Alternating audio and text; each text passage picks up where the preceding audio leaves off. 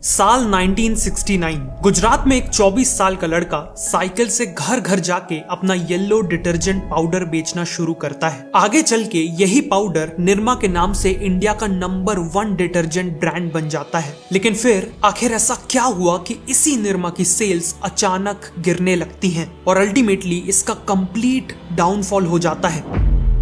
इन सब की शुरुआत हुई करीब 55 साल पहले। गुजरात में रहने वाले करसन भाई पटेल एक गवर्नमेंट डिपार्टमेंट में केमिस्ट की नौकरी करते थे, लेकिन उनकी सैलरी घर चलाने के लिए सफिशिएंट नहीं थी। इसीलिए उन्होंने साइड इनकम कमाने के लिए एक छोटा सा बिजनेस स्टार्ट करने का फैसला लिया। बीएससी की डिग्री और केमिस्ट की नौकरी होने के कारण उन्हें केमिकल्स की अच्छी समझ थी। इसीलिए उन्होंने अपने घर में ही सोडा ऐश और बाकी कुछ केमिकल्स के साथ एक्सपेरिमेंट करना चालू किया। कई बार फेल होने के बाद उन्होंने फाइनली एक अफोर्डेबल और इफेक्टिव डिटर्जेंट पाउडर बना लिया और अपनी इस इन्वेंशन का नाम अपनी 1 साल की बेटी निरुपमा के नाम पर निरमा रख दिया।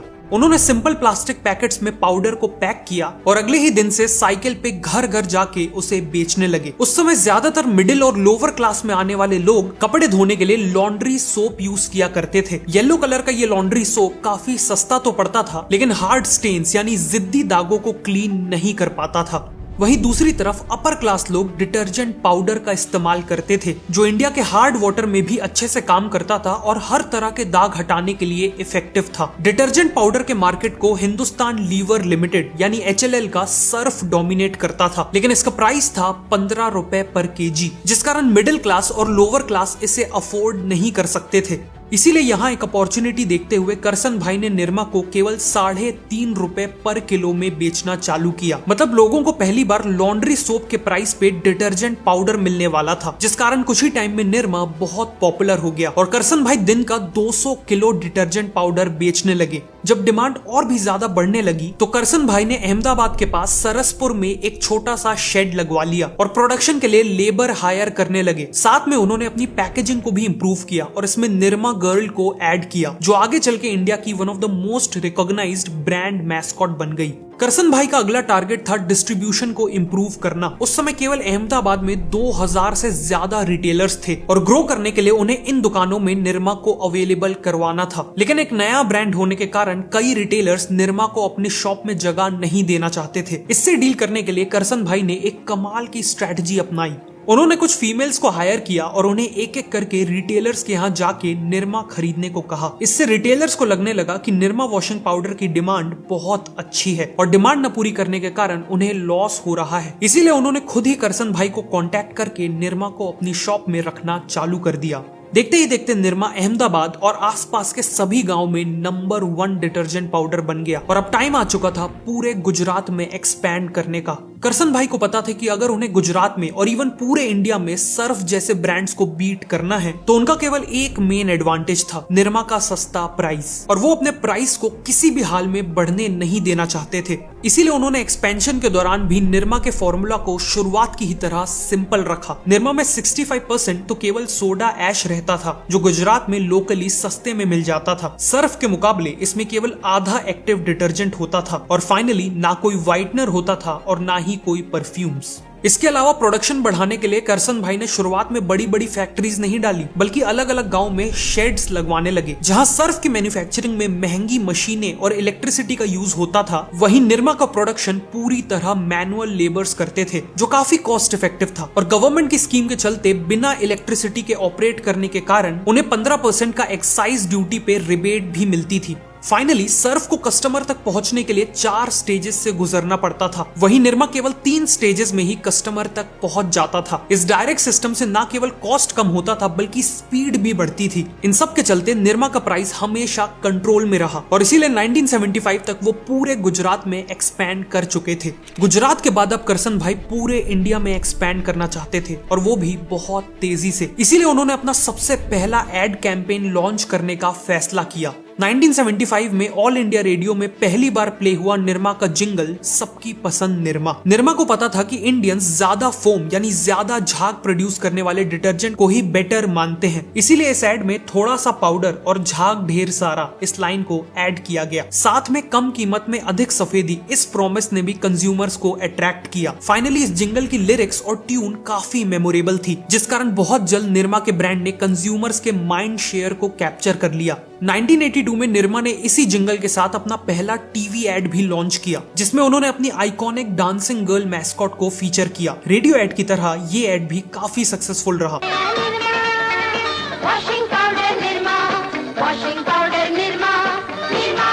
इसीलिए 1977 तक 12% और फिर 1985 तक करीब 60% मार्केट शेयर के साथ निरमा इंडिया का सबसे बड़ा डिटर्जेंट ब्रांड बन गया। जिस निरमा को करसन भाई ने साइड इनकम कमाने के लिए शुरू किया था, आज उसी निरमा ने करसन भाई को पूरे भारत का डिटर्जेंट किंग बना दिया था। लेकिन अनफॉर्चुनेटली ये सक्सेस ज्यादा देर तक नहीं टिकने वाली थी, क्योंकि बहुत जल्द मार्केट का पुराना खिलाड़ी पलटवार करने वाला था। शुरुआत में तो निरमा ने केवल मिडिल और लोअर इनकम सेगमेंट्स को कैप्चर किया था, लेकिन इवेंचुअली कई अपर क्लास कस्टमर्स भी निरमा में शिफ्ट होने लगे थे, क्योंकि उन्हें ये क्लैरिटी ही नहीं थी कि सर्फ की क्वालिटी किन मायनों में निरमा से बेटर है। ऊपर से 1986 में निरमा ने एक डिटर्जेंट बार लॉन्च करके HLL के रिन बार को डायरेक्ट चैलेंज कर दिया, जिससे रिन के भी कई कस्टमर्स निरमा बार में शिफ्ट होने लगे। लेकिन अब HLL को समझ आ चुका था कि निरमा उनके पूरे ही बिजनेस के लिए एक बहुत बड़ा खतरा बन चुका है। इसीलिए हिंदुस्तान लिवर लिमिटेड ने इंटरनली एक सीक्रेट मिशन लॉन्च किया, जिसका कोड नेम था स्टिंग, यानी स्ट्रैटेजी टू इनहिबिट निर्मास ग्रोथ। इस मिशन के तहत निरमा की पूरी बिजनेस स्ट्रैटेजी को डीपली स्टडी किया गया और फिर HLL की काउंटर स्ट्रैटेजी डेवलप की गई। कई हफ्तों बाद ये कंक्लूजन निकला कि निरमा से compete करने के लिए HLL को भी अपना डिटर्जेंट पाउडर लो कॉस्ट में ही बेचना पड़ेगा। लेकिन अगर वो सर्फ को निरमा की प्राइस पे बेचते तो उन्हें प्रॉफिट्स की जगह लॉस हो जाता, साथ में सालों से बनाई हुई सर्फ की प्रीमियम ब्रांड इमेज भी डिस्ट्रॉय हो जाती। इसीलिए HLL ने फाइनली अपना खुद का low cost detergent powder launch करने का फैसला किया। लेकिन उससे पहले उन्होंने एक मार्केट रिसर्च की, जिससे उन्हें निरमा की वीकनेसेस पता चल गई। जैसे कि निरमा से कपड़े धोने पर उनमें खुशबू नहीं बल्कि एक इंडस्ट्रियल स्मेल रह जाती थी, और निरमा पूरी तरह पानी में डिसॉल्व भी नहीं होता था, जिस कारण कपड़े सूखने के बाद सॉफ्ट फील नहीं होते थे। साथ में कई लोगों को निरमा से हाथ में इरिटेशन और ब्लिस्टर्स हो जाते थे। इन सब को ध्यान में रखते हुए HLL ने सबसे पहले अपने डिटर्जेंट पाउडर में एक प्लेजेंट फ्रेग्रेंस ऐड कर दी। सेकेंडली, इसे हाथों के लिए जेंटल बनाया और इंश्योर किया कि ये पाउडर पानी में कंप्लीटली डिसॉल्व हो जाए। लेकिन इन सभी इंप्रूवमेंट्स के बाद भी उन्होंने कॉस्ट को ऊपर जाने नहीं दिया। उनके इस नए डिटर्जेंट में सॉल्ट एक बहुत इंपॉर्टेंट रॉ मटेरियल था। इसीलिए HLL ने अपनी नई फैक्ट्री को गुजरात में सॉल्ट माइंस के बगल में एस्टैब्लिश किया और सॉल्ट माइन से एक डायरेक्ट पाइपलाइन कनेक्ट कर ली। ऑल्सो इन्होंने R&D में मैसिव इन्वेस्टमेंट्स करके डिटर्जेंट में डलने वाले फ्रेग्रेंस और बाकी इनहेंसर्स के सस्ते ऑल्टरनेटिव्स बना लिए। इन सब के चलते HLL ने एक ऐसा डिटर्जेंट पाउडर बना लिया जिसका प्राइस तो निरमा के बराबर था, लेकिन क्वालिटी बहुत बेटर थी। और इसी तरह लॉन्च हुआ व्हील डिटर्जेंट पाउडर। निरमा को डायरेक्टली टारगेट करने के लिए व्हील के एड्स में कहा गया कि मैंने मांगी थी सफाई और तूने दी हाथों की जलन। ये मैसेज निरमा के कस्टमर्स को काफी रिलेटेबल लगा और वो व्हील पे तेजी से शिफ्ट होने लगे। एज अ रिजल्ट 1990 तक व्हील निरमा के बाद इंडिया का सेकंड बिगेस्ट डिटर्जेंट ब्रांड बन गया था। साथ में HLL ने निरमा को टारगेट करते हुए सर्फ के भी नए एड कैंपेन्स लॉन्च किए, जिसमें उन्होंने ललिता जी नाम की एक समझदार हाउसवाइफ के कैरेक्टर को दिखाया, जिनका कहना था कि सस्ती चीज खरीदने में और अच्छी चीज खरीदने में फर्क होता है। एड में निरमा को रिप्रेजेंट करने वाले येलो पाउडर और सर्फ के ब्लू पाउडर का कंपैरिजन भी दिखा के ये कहा गया, आधा किलो सर्फ पूरे 1 किलो सस्ते पाउडर के बराबर होता है। HLL की ये सभी स्ट्रेटजीज काफी इफेक्टिव साबित हुई, जिस कारण HLL का मार्केट शेयर 11% से बढ़कर 24% हो गया और निरमा का मार्केट शेयर 60% से गिर के 50% पे आ गया। लेकिन निरमा के बुरे दिनों की ये तो केवल शुरुआत थी, क्योंकि इसी दौरान यूपी की गलियों से एक ऐसा कॉम्पिटिटर निकल के आ रहा था जो निरमा को पूरी तरह से खत्म कर देने वाला था, और वो कॉम्पिटिटर था घड़ी डिटर्जेंट पाउडर। 1980s में डिटर्जेंट मार्केट के बूम को देखते हुए कानपुर के दो भाई मुरलीधर और बिमल कुमार ने अपना खुद का डिटर्जेंट पाउडर लॉन्च किया। उन्होंने देखा कि सस्ते डिटर्जेंट की कैटेगरी में ऑलरेडी निरमा और व्हील डोमिनेट कर रहे हैं और साथ ही साथ इंडिया की पर कैपिटा इनकम लगातार बढ़ रही है। मतलब हर साल करोड़ों लोग लोअर क्लास से मिडिल क्लास में प्रमोट हो रहे थे और इन मिडिल क्लास लोगों को केवल सस्ता पाउडर नहीं चाहिए था, बल्कि इन्हें अफोर्डेबल प्राइस में हाई वैल्यू प्रोडक्ट चाहिए था।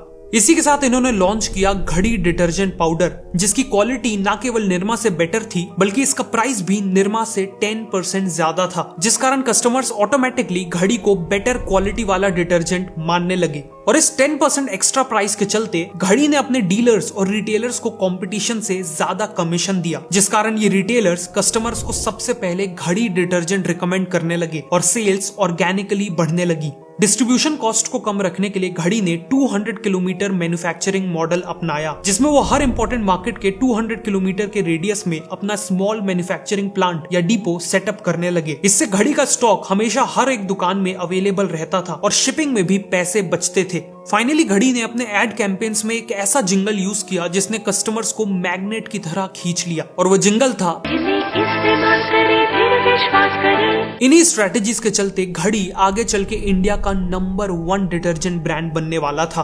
दूसरी तरफ निरमा 1990s में लगातार मार्केट शेयर लूज कर रहा था और सरवाइव करने के लिए उन्हें मेजर चेंजेस की जरूरत थी। सबसे पहले तो उन्हें अपने प्रोडक्ट में सोडा ऐश की क्वांटिटी कम करने की जरूरत थी, क्योंकि इसी से हाथों में इरिटेशन होता था और लॉन्ग टर्म में कपड़े भी डैमेज होते थे। साथ ही फ्रेग्रेंस और एक्टिव डिटर्जेंट की क्वांटिटी भी इंक्रीज करना इम्पोर्टेंट था। उस दौरान निरमा ने समसिका मार्केटिंग कंसल्टेंट्स नाम की एजेंसी से एक मार्केट सर्वे भी करवाया था, जिससे पता चला था कि ज्यादातर कस्टमर्स एम्बैरेस्ड फील करते थे कि वो निरमा यूज करते हैं। मतलब निरमा की इमेज एक इंफीरियर ब्रांड की बन चुकी थी और उससे सीरियस मेकओवर की जरूरत थी। इसीलिए निरमा को अपनी पुरानी हो चुकी पैकेजिंग को बेटर बनाना चाहिए था ताकि वो इंफीरियर ना लगे। और फाइनली नए एडवर्टाइजिंग कैंपेन्स लॉन्च करके व्हील और सर्फ के एड कैंपेन्स को काउंटर भी करना चाहिए था और अपने प्रोडक्ट को केवल एक चीप डिटर्जेंट की जगह एक वैल्यू फॉर मनी डिटर्जेंट की तरह पोजीशन करना चाहिए था।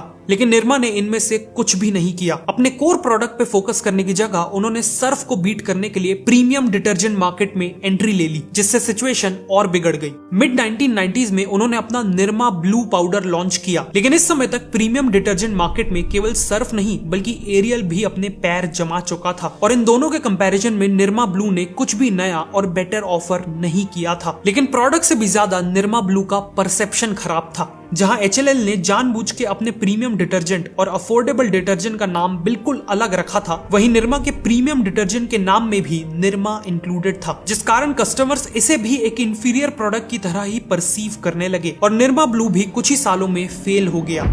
सिमिलरली निरमा ने और भी प्रोडक्ट्स लॉन्च किए, जैसे Nirma bathing soap, Nirma hair oil, Nirma shampoo और निरमा टूथपेस्ट। उन्हें लगा कि इन सभी प्रोडक्ट्स को निरमा की पॉपुलर ब्रांडिंग का फायदा मिलेगा, लेकिन हुआ इसका बिल्कुल उल्टा। पहले तो जो लोग निरमा के ब्रांड को पसंद करते भी थे वो उसे केवल डिटर्जेंट प्रोडक्ट से ही रिलेट कर पाते थे, इसीलिए निरमा का साबुन, तेल और शैम्पू उन्हें अट्रैक्टिव नहीं लगता था। और दूसरा, निरमा के एक इंफीरियर ब्रांड के परसेप्शन के कारण भी किसी ने उनके ये दूसरे प्रोडक्ट्स नहीं खरीदे। 2017 आते निरमा का मार्केट शेयर केवल 4% पे रह गया। ब्रांड को रिवाइव करने के लिए इन्होंने निरमा एडवांस लॉन्च किया और ऋतिक रोशन से इसका एड भी करवाया, जिसकी मैसेजिंग थी नए जमाने के जिद्दी दागों के लिए निरमा एडवांस।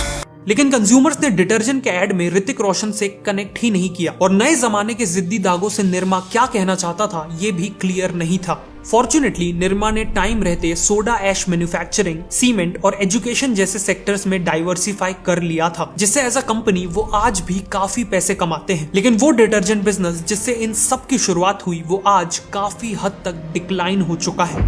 निरमा की कहानी ये प्रूव करती है कि किसी भी फील्ड में नंबर 1 बनना और नंबर 1 बने रहना दो अलग अलग चीजें हैं, और चाहे आप कितने भी बड़े बन जाओ, if you are not changing you are losing. ऐसी और वीडियोस के लिए मुझे फॉलो करिए।